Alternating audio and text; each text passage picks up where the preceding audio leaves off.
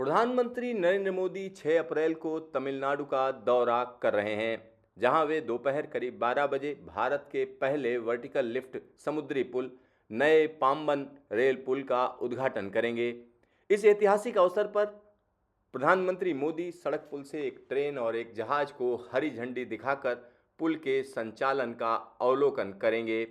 इसके बाद दोपहर 12:45 पर प्रधानमंत्री रामेश्वरम के प्रसिद्ध रामनाथ स्वामी मंदिर में दर्शन और पूजा करेंगे। इसके बाद दोपहर करीब 1:30 वे तमिलनाडु में 8300 करोड़ रुपए से अधिक लागत वाली विभिन्न रेल और सड़क परियोजनाओं की आधारशिला रखेंगे और उन्हें राष्ट्र को समर्पित करेंगे। इस अवसर पर प्रधानमंत्री एक जनसभा को भी संबोधित करेंगे। भारत की इंजीनियरिंग का नया चमत्कार, नया पाम्बन रेल पुल। यहाँ जो रेल पुल आप देख रहे हैं, इसी रेल पुल को राष्ट्र को समर्पित किया जाएगा। प्रधानमंत्री मोदी रामेश्वरम तांबरम यानी चेन्नई नई ट्रेन सेवा को भी हरी झंडी दिखाएंगे। नया पाम्बन रेल पुल न केवल एक महत्वपूर्ण इंजीनियरिंग उपलब्धि है, बल्कि इसका सांस्कृतिक और ऐतिहासिक महत्व भी गहरा है। रामायण के अनुसार राम सेतु का निर्माण धनुषकोडी से शुरू हुआ था, जो रामेश्वरम के पास मौजूद है। 550 करोड़ रुपए से अधिक की लागत से बना यह 2.08 किलोमीटर लंबा रेलवे पुल है। इसे भारतीय रेलवे के लिए एक मील का पत्थर बताया जा रहा है।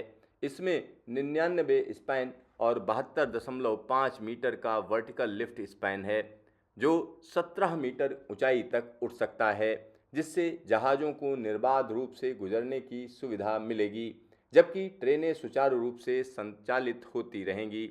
इस पुल को आधुनिक तकनीक के साथ तैयार किया गया है, जिसमें स्टेनलेस स्टील सुदृढ़ीकरण, उच्च श्रेणी के सुरक्षात्मक पेंट और पूरी तरह से वेल्डेड जोड़ को शामिल किया गया है।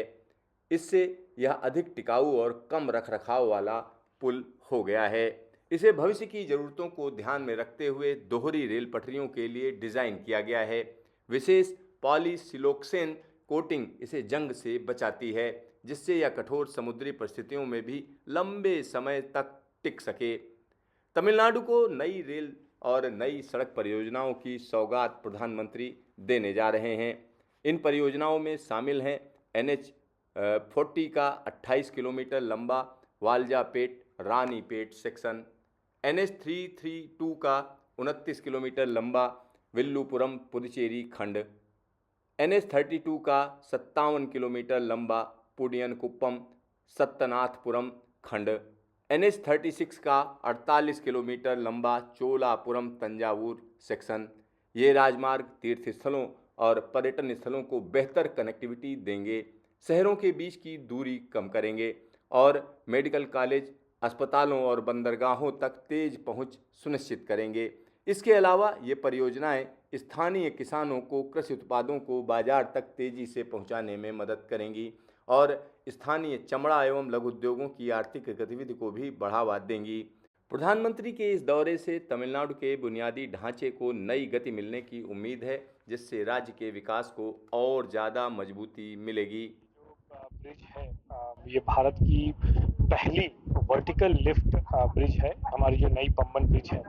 और ये अनूठा इसलिए है क्योंकि इसके पहले इस तरह की जो सिस्टम ऑफ वर्किंग है, जिसमें एक ब्रिज जो है, एक स्पैन पूरा का पूरा जो है vertically more than 17 metres lift हो जाता है, ताकि नीचे जो है स्टीमर्स या फेरीज पास कर पाए, वो जो है उसको फैसिलिटेट करने के लिए ये ब्रिज बनाया गया था। इसके पहले भी जो हम देख पा रहे हैं कि ये पुरानी ब्रिज भी इसके पैरेलल ही एग्जिस्ट करती है, जो कि बहुत ही जर्जर हालत में है। 1914 में उस ब्रिज का निर्माण हुआ था। बीच में कई डैमेजेस भी हुए, उसको साइक्लोन भी आया, जिसके कारण उसकी हालत और बुरी हो गई थी। लास्ट जब ये ऑपरेशनल थी तो इस पे मेजर स्पीड रेस्ट्रिक्शंस लगे हुए थे, जिसके कारण ट्रेन जो है गुजरते थे तो बहुत ज़्यादा टाइम लेते थे।